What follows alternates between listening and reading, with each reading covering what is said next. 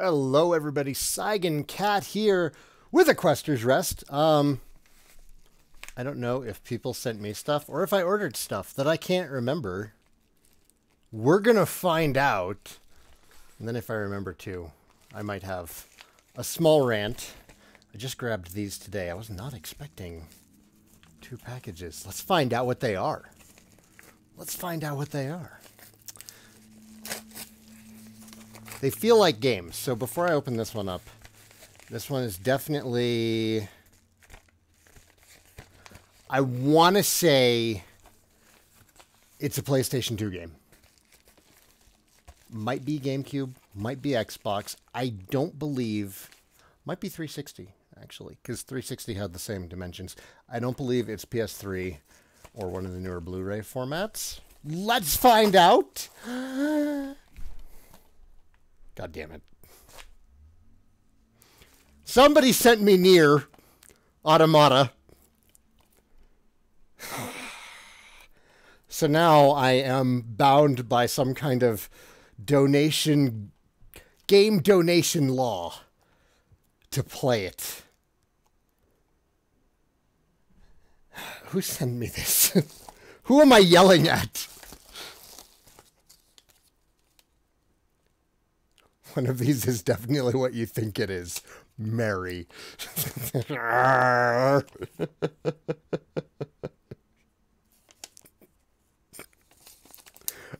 Trying to repair the damage that was done. All right.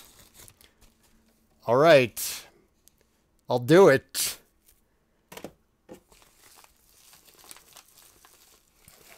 Not immediately, because I do need to finish Octopath. I've got 19 days until Dragon Quest 11 comes out. So I got to finish Octopath before then. I got 14 more chapters. Like a chapter a night, and accounting for missing some nights, I should be able to do it. Should be. What is this? Is this also from Mary? Is this like some kind of apology for sending me Nier Automata? Oh, this is definitely from Mary. He's been hyping this up. And I am genuinely interested in playing this. Thank you, Mary, for dulling the pain of sending me Nier with a game that I am interested in. Star Ocean, the second story. There's a lot of Star Ocean fans out there. I understand that this is the best in the series. And this is something that I've understood since I was but a wee lad. And this game had first released. This is another one that's... So, Automata is new. Star Ocean appears to be complete in box. This is a beautiful copy. Thank you, Mary. And I am definitely interested in this one. Reviews of the series tend to bounce around from game to game. It's got a very wide variance of reviews. But I have heard 100% from everyone who's a fan that this one is the shit. And it is the best reason to play it. Also, it's Enix. I didn't know that. I wasn't sure who made it. But I will definitely give it a shot. It does kind of look like Octopath. The combat, it's got little combat pictures on the back. You probably can't see it because, yeah, that reflection's terrible. Okay, so thank you. Half thank you. Thank you. Fuck you. Thank you. Fuck you. I'll play it. I'll play it, and I will pass fair judgment upon it. And we'll see if I see the same thing in this game that everybody else seems to see. I am going to be madder than hell if I wind up liking it. Are my lights not on? I can't tell. Hang on. So I've had this... Oh, they were on. I've had this headset sitting around for the longest time, and it was like, it was okay. It gets like really sweaty on the ears. You can see I've transferred Spider-Man over, my little buddy. He doesn't feel so well.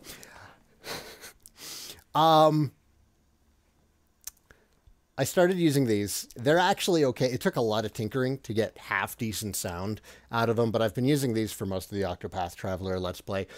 My Turtle Beaches that I've been using for 5 years have finally just like, they've completely fallen apart. Like I can't pick them up without parts falling off of it. I would show you if I remembered where I put it. But I bought a replacement for the Turtle Beaches. The exact same model, refurbished. Sounds like shit. Don't know why. It's one of the more disappointing purchases. Fortunately, it was only $20, so it was a reasonable price for disappointment. So, short rant before I got to go pick up the kid. It's a brand new school, and they haven't figured out how they're doing pickups yet. And they do like after school stuff, so they're open until 6. But when I show up and there's... like, it's on my way home from work. Like, I can walk home from work. The school's there. I can pick him up. Unfortunately, traffic is backed up for a city block in both directions. And there's just a line of parents going out to the street waiting to pick up their children because they're so slow about releasing the kids. And on the one hand, I appreciate that they are... children are not going to get kidnapped from that school because they are anal as hell about it. And I appreciate that. And, you know, I can show up there believing 100% that the kid is going to be there when I pick him up. On the other hand, it's after work. It's 90 degrees out. I'm walking home. I'm carrying packages that I've grabbed from my postal box. I don't want to stand there. So I continued on home, and I'll pick him up later. But rant, some of you have probably already heard about this. It has to do with Bethesda. Really, there's some craziness going on between Bethesda and Sony. And this is all pertaining to Sony's recent approach to crossplay, which is we're not going to do it because that might encourage people to not be on the PlayStation 4, and it could only ever possibly cost us money. That is their unofficial stance. It's the stance that we all know that they have. It's the stance that insiders have reported them to have. Their public stance is that they cannot ensure the online experience for children if you are including those from the Xbox and Nintendo networks, which, I mean, first of all, the Nintendo network, that they're hardly allowed to even talk. So I don't know what your concern is there. Second of all, there's been just as much toxicity on PSN this generation as there was on Xbox Live last generation. So again, it's a bullshit excuse. Everyone knows it's a bullshit excuse. They're just worried about people leaving their platform. On 2 accounts now, Bethesda has spoken out about this. They spoke out about it a couple of weeks ago, shortly after the Fallout 76 reveal, when, of course, there was the question, crossplay? It's a good question to be asking these days. And the answer has been, Sony's making it hard for us. Maybe we'll see crossplay on the Xbone and the PC. It's frustrating to me because the cat is down here. Excuse me if you hear meowing. Go away. It's frustrating to me because Sony had a really strong launch at the beginning of this generation. And the Xbone, we all know how the Xbone has been. And the Xbone has largely been disappointment for me at every turn. I picked it up for Master Chief Collection because I'm a Halo fan. That was historically bad. And I wound up with what was essentially a $400 doorstop. The Games with Gold program has just gotten worse and worse, lazier and lazier. the system has just largely been a disappointment to me. There's been a couple of good things here and there, like it's not a terrible system. They've been slowly building up a much better library, and I'm not near as disappointed now as I was then with the release of it. And I'm definitely looking forward to Halo Infinite, but that'll be their third strike also, because Master Chief Collection was a strike against them, Halo 5 was a strike against them, and, you know, Infinite needs to be good. I digress. Microsoft has been fixing that image of the Xbox One ever since that legendarily bad E3 press conference where nobody was happy, followed up by Sony basically coming out and saying, we're not going to do any of those things. Here's our system. And they killed it, and the PS4 just blew up, and there's 3 of them in this house. I have one, Reggie has one, Perry has one. It's what we do most of our console gaming on, because we all have one. Our friends have one. Most of the people online that I want to play with have one. But I have friends who aren't interested in getting Fallout 76 for the PS4. And with the Xbox One's options and the fact that they're starting to support crossplay, especially with the Switch, more and more of the people I know, IRL, are moving away from Sony because their crossplay options aren't there. There's a larger world out there for their gaming with crossplay between the Xbone and the Switch, and some crossplay between Xbone and the PC. And it makes total sense for them to be making this decision as consumers. You know, they go to what the best suits their needs. And I don't think that Sony realizes that people want crossplay and they are willing to leave you to get it, especially after that debacle with Fortnite. For those of you who don't know, and you might be surprised that I know this at all, because I am not interested in Fortnite in any sense. I'm sure it's a perfectly fine game. I'm just not interested in it.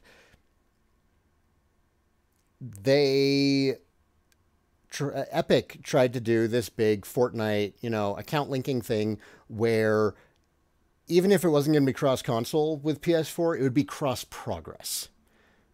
So, you know, you could link your account and then, you could play on the Switch and you could take it on the go.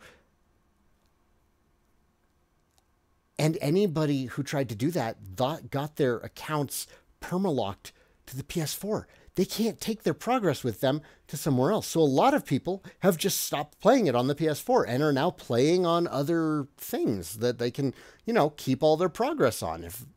It boggles my mind that Sony is fighting this so hard. And it's just putting them in a bad situation. And I've been noticing this trend over the years that whenever one of it's a fairly recent trend as far as history is concerned, but let's go back, okay? These game companies, it's almost like they're getting cocky or something, or they think that they've gotten so much brand loyalty that they won't fail. And what just baffles my mind is that Sony right now is standing on top of Microsoft's failures, but they're not learning from them. Microsoft, at the end of the 360 generation, really looked like they could do no wrong. Xbox Live was fantastic. They had the games, they had the first-party stuff, they had hardware. Not great hardware. Ask me how many red rings I have seen. But they did handle the replacing of their defective systems fairly quickly. I mean, I only ever had to buy one Xbox 360. I've gone through 4 of them, but those were all replaced on Microsoft's dime, and I appreciate that, you know, they handled that failure. And the last one that I got is still going today. It's this awful situation that Sony has put themselves in, and Bethesda's compounding it now. Bethesda's making them look even worse. Because will Fallout 76 have crossplay? Well, on the PS4, it won't. They've already announced it for PS4. It's coming for PS4. And that's where my pre-order is. And I'm kind of sour about that being where my pre-order is. But still, that's what Perry's going to be on. That's what Reggie's going to be on. And they're the ones that I do most of my gaming with.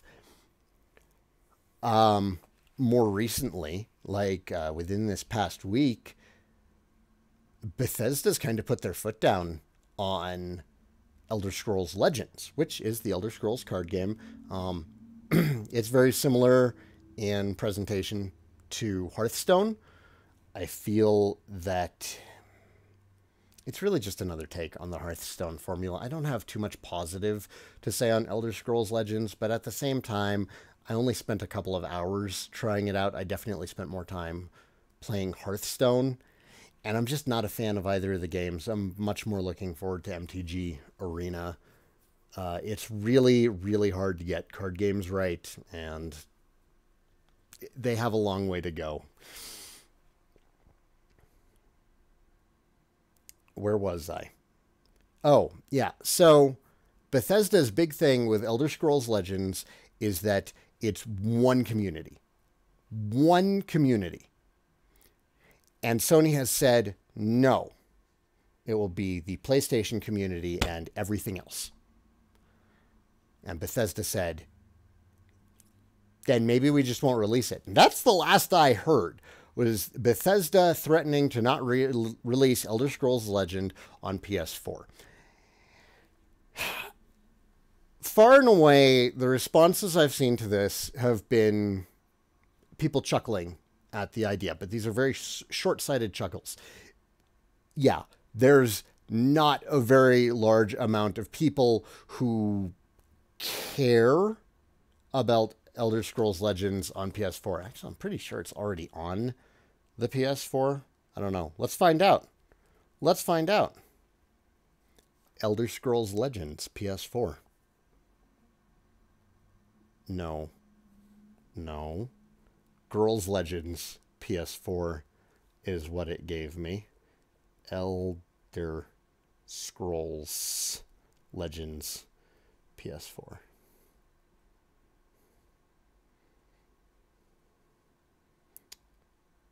Okay, yeah. I don't think it's actually out yet. But yeah, it's a hard demand from Bethesda, and it's a hard no from Sony, and a lot of the response to it has been, who cares? There's like 10 people who play Elder Scrolls Legends, right? But this sets a precedence because, you know, Bethesda can look at this later, and they can look at how much of a pain Sony is being. And it's something that has hurt other large publishers in the past. It's something that's hurt Nintendo in the past, and it's something that was hurting Microsoft in the past, is how you treat the developers. Bethesda doesn't have to release future games on the PS4. What is their biggest announced game right now? It's Elder Scrolls 6. If Sony is going to take this attitude with Bethesda, where they have a plan for their community and how they want to release their games, Elder Scrolls 6 is going to be a massive, roaring success with or without a Sony console release. And I think that's... I'm not saying that they would pull it from a PlayStation release, because there are a lot of sales there. But we do need to keep an eye on this Elder Scrolls Legends thing, because it could be an example in the future of how developers and publishers, or how publishers and console manufacturers deal with each other. Because you want them to be releasing games on your console, and if you're an ass to them, they're not going to want to. And that's one of the reasons why, and this is a small example, but it's one that I know very well because I'm such a big fan. Skullgirls. Skullgirls did not continue to release on Microsoft systems because of how much of a pain in the ass they were to work with for Lab Zero. Lab Zero wanted to continue doing it, but it was just too much trouble. And yeah, it's possible that they were losing sales with the Microsoft gamers. A lot of people have fight sticks for the Xbox. A lot of people have toaster computers that can't even run Skullgirls well. And I know that that's shocking, but there's a lot of people out there who do have computers that can't even run Skullgirls well. But they're in the Microsoft family, and, you know, they've got a 360, and they upgraded to an Xbox One, and then they didn't get Skullgirls. And that's less Lab Zero's fault and more Microsoft's fault for being a pain in the ass to work with. And again, these are really small examples. Elder Scrolls Legend, small example of, you know, what we should look at. Skullgirls, small example of what we have seen happen. And I think that it could set an interesting precedent if Bethesda decides to just go head-to-head with Sony and say, our stuff is going to be cross-console, where we are not putting out Elder Scrolls 6 on a Sony console. Because I am pretty sure that that would change Sony's minds. Because that would be massive. If you look at how much just Skyrim has sold across all platforms in its lifetime, it is ridiculous. The number of Elder Scrolls fans out there, Sony doesn't want to miss out on that. And I think it would be really foolish of them to fight with Bethesda on this and continue to fight against what the community wants, which is to play games with their friends. Okay, that's all for my Quester's Rest. I do need to be going. It's time to go pick up the kid. They won't keep him forever. He can be kind of a punk, but we still love him. Because that's what parents do. And again, Mary! Thank you so much, man. Fuck you.